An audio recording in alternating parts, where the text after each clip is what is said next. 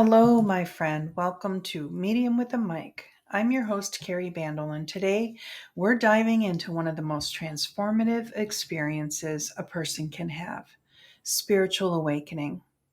If you've been feeling like your world has been turned upside down lately, if you're questioning everything you once believed, or if you're suddenly seeing synchronicities everywhere, this episode is for you. Grab your journal because we're about to explore the wild, wonderful, and sometimes overwhelming journey of spiritual awakening. Let's start with the big question: what exactly is a spiritual awakening? Simply put, it's the process of becoming conscious of your true spiritual nature and your connection to something greater than yourself. It's like someone just turned on the lights in a room you've been living in with the curtains drawn. Suddenly you see everything differently. Now, here's something important: spiritual awakening isn't always the blissful, social media worthy experience many people expect. It can be messy, confusing, and downright challenging. But the good news is that's completely normal, and you're not going crazy, I promise. From a scientific perspective, researchers are finding that what we call spiritual awakening correlates with measurable changes in brain structure and function. Studies show increased activity in areas associated with empathy, compassion, and self awareness. Your brain is rewiring itself for higher consciousness. Spiritual awakenings can be triggered by various experiences. Sometimes it's a profound spiritual experience during meditation or prayer. Other times it's sparked by trauma, loss, or what is called a dark night of the soul. Near death experiences, psychedelic experiences, or even just reaching a breaking point in your life can crack you open to higher awareness. I've noticed that many awakenings are triggered by what feels like everything falling apart: job loss, relationship endings, health crisis. The universe has a funny way of getting our attention, doesn't it? Sometimes we need to be shaken awake from a spiritual slumber. The first stage often begins with this disillusionment. You start questioning everything: your beliefs, your relationships, your career, society itself. Nothing feels quite right anymore. You might find yourself asking, is this all there is? This can feel lonely and isolating, especially when people around you don't understand what you're going through. You might experience reality vertigo, that feeling like the ground beneath your feet has shifted. Old interests no longer hold your attention. You might find yourself pulling away from certain people or situations that once felt normal. This isn't depression, though it can feel similar. It's your soul calling you towards something deeper. Once the initial shock wears off, you enter the seeking phase. This is when you become hungry for spiritual knowledge. You devour books on spirituality, meditation, consciousness. You might explore different religions, philosophies, or healing modalities. Crystal shops become your happy place, and you find yourself drawn to anything that helps you understand this new reality that you're experiencing. This stage can last months or even years. You're like a spiritual detective gathering clues about the nature of reality and your place in it. Be patient with yourself during this phase. Your soul is learning a new language, and that takes time. Remember, it doesn't need to cost a fortune. I've compared many teachers out there, and recommend getting the entire package, complete with community, at thesagemethod.com. The founder is internationally recognized. She's an amazing teacher, and it's packed with new topics weekly. It's also very affordable. I do not receive anything for the recommendation, but Bo is a friend of mine. So you can tell them that Kari sent you if you'd like. Now let's talk about the dark night of the soul, a term coined by St. John of the Cross. This is often the most challenging part of the awakening process. Everything you thought you knew about yourself and life gets stripped away. You might feel lost, empty, or like you're losing your mind. During this stage, your ego, that part of you that's been running the show, goes into panic mode. It doesn't want to lose control, so it fights back hard. You might experience intense emotions, feel disconnected from everyone and everything, or question whether this whole awakening thing is worth it. It is, by the way. Here's the truth: the dark night of the soul isn't a breakdown, it's a breakthrough waiting to happen. You're not being punished, you're being prepared. This stage is crucial because it clears away everything that isn't authentically you, making space for your true self to emerge. After weathering the storm of the dark night, you enter the integration phase. This is when you start finding your footing again, but with a completely new perspective. You begin to integrate your spiritual insights with daily life. You're no longer torn between your spiritual self and your human self. You understand they're one and the same. During this stage, you develop spiritual grounding, the ability to stay centered and connected to your higher self while still functioning in the physical world. You learn to trust your intuition, set energetic boundaries, and navigate life from a place of inner knowing rather than external validation.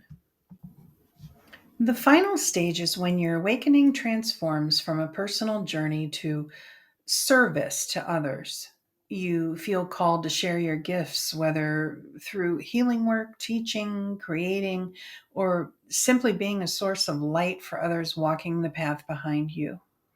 You understand that your awakening wasn't just for you, it's for the collective healing of humanity. This doesn't mean that you have to become a spiritual teacher or healer professionally. Your service might be raising conscious children, bringing more compassion to your workplace, or simply living as an example of what's possible when someone embraces their authentic self. One of the most fascinating aspects of spiritual awakening is the emergence of psychic abilities. Notice that I don't call them gifts. They are abilities that we were all born with. Generally, about the age of 6, we're told it's not real, it's scary, it's against our religion, and so on. We shut it down, ignore it, until it reminds us that it is still there. This is not a gift, it is a natural human ability to connect to our higher self. And back to the point, as your consciousness expands, you naturally become more sensitive to energy and information beyond the 5 physical senses. Let me break down the most common psychic abilities that activate during awakening. The first one is clairvoyance or clear seeing. It's when you receive information through visual images, either in your mind's eye or with your physical eyes. You might start seeing auras, spirits, which leads into mediumship, but we'll cover that another day, or symbolic images that provide guidance. I receive this way through images in my head. They're sometimes referred to as dictionary items. I also get very clear messages from signs all around me. It's important to stay aware. Clairaudience or clear hearing involves receiving information through sound. You might hear your spirit guides, your higher self, or messages from the universe. Sometimes it sounds like your own inner voice, but with wisdom that feels beyond your current knowledge. This is a funny one for me because I'm profoundly deaf, and on one occasion I recall hearing a voice in my living room while I was home alone, and I shouted, "If you're gonna talk to me, you better do it loud." Clair, clairsentience or clear feeling is perhaps the most common psychic ability. You feel other people's emotions as if they were your own, and you could be empathic. You sense the energy of places or get physical sensations that provide information about situations. This is one I occasionally get when I do readings. I can feel what the sitter is feeling, or in a mediumship moment, I am clued into how a loved one is coming through or how they may have died. Clear cognizance or clear knowing is when you simply know things without knowing how you know them. Information just downloads into your consciousness, often accompanied by that distinctive feeling of absolute certainty. This is one of my strongest abilities. There are ethics in this, and I don't tap in without permission, but sometimes I get things and I wish people knew what I knew about them. Anyway, one example of clear cognizance was when I was younger and ignoring my intuition. I had an accident in a truck that rolled several times, and I had just met the girl right before getting into the truck. I knew almost every detail of what was to come except the driver and how badly we would be hurt and when it was going to happen. This came to me in awake moments repeatedly for exactly a week prior to it happening. I had countless examples from intuitive friends also who have avoided bodily harm by listening to these messages. So I encourage you to not ignore messages that you receive. Clairaudience, which is clear smelling, and clairgustance, which is clear tasting, are less common but involve receiving psychic information through smell and taste, respectively. Have you ever smelled your father's tobacco pipe or your mother's perfume or tasted something that reminded you of your grandmother? There's also clear tangency, clear empathy, telekinesis, photokinesis, pyrokinesis, and so on. But the main ones are generally tied to our senses.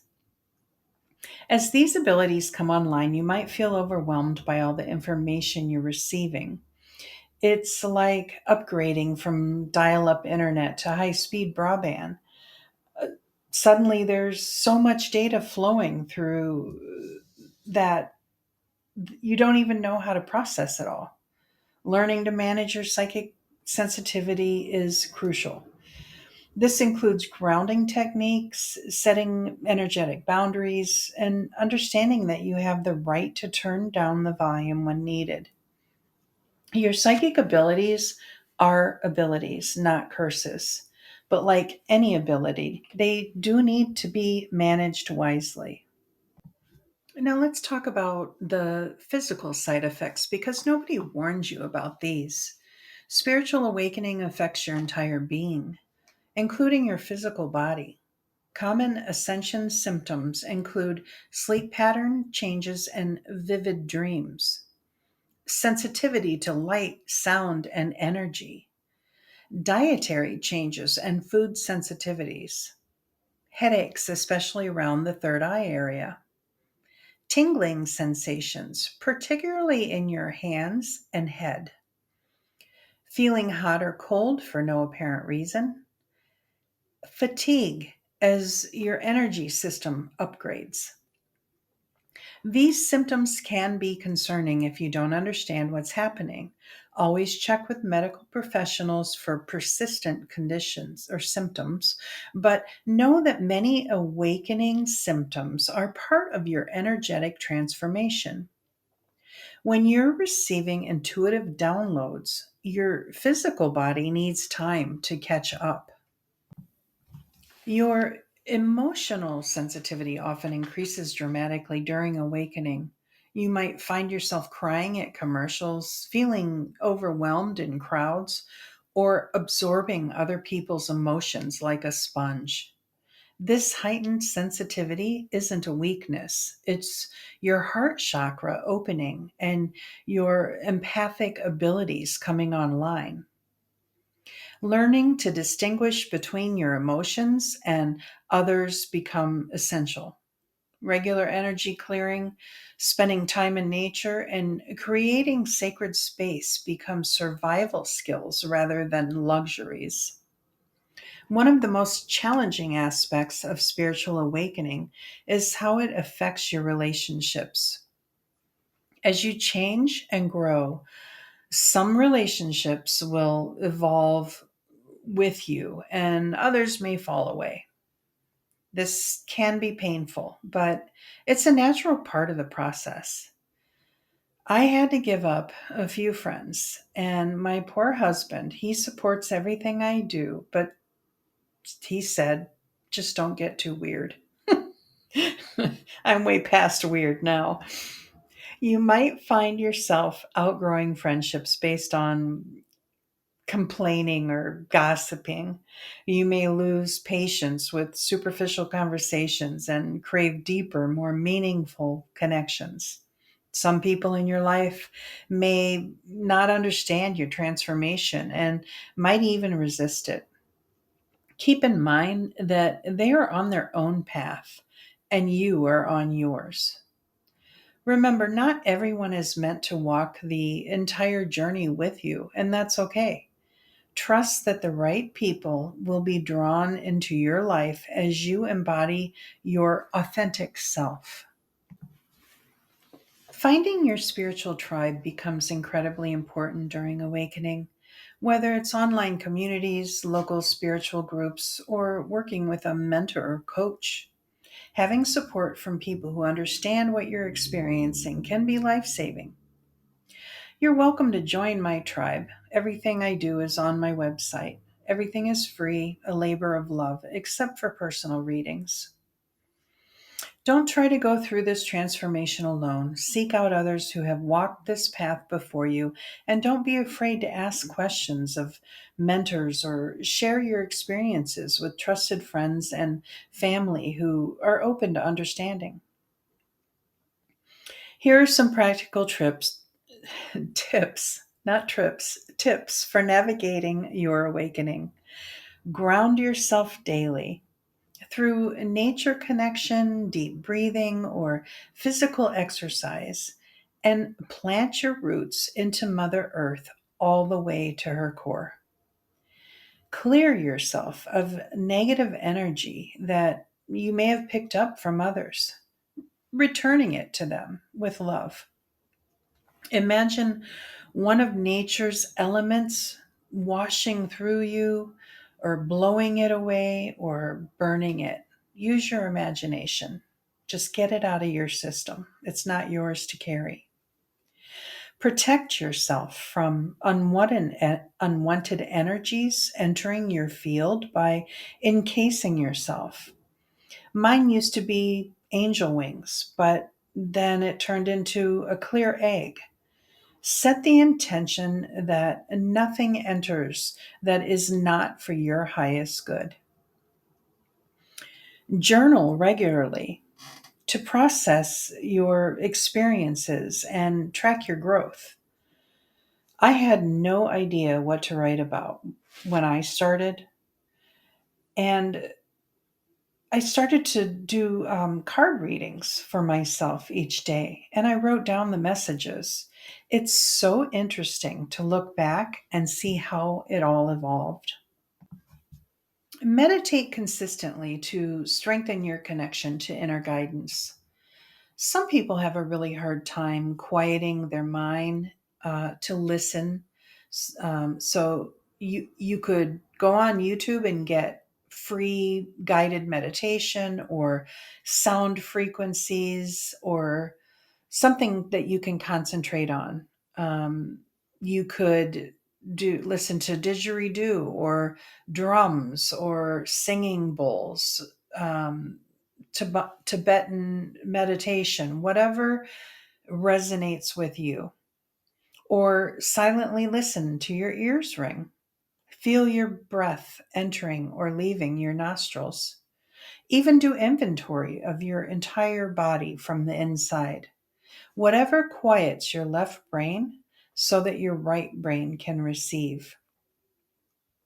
Set energetic boundaries to protect your sensitive system. When possible, avoid hanging out with or tolerating people who deplete your energy. Avoid the drama.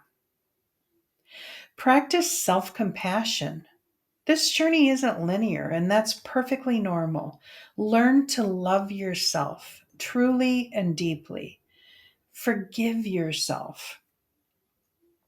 Trust your intuition even when it doesn't make logical sense. If you think it was intuitive and you're not sure, as opposed to something your left brain came up with, don't doubt it. It was intuitive.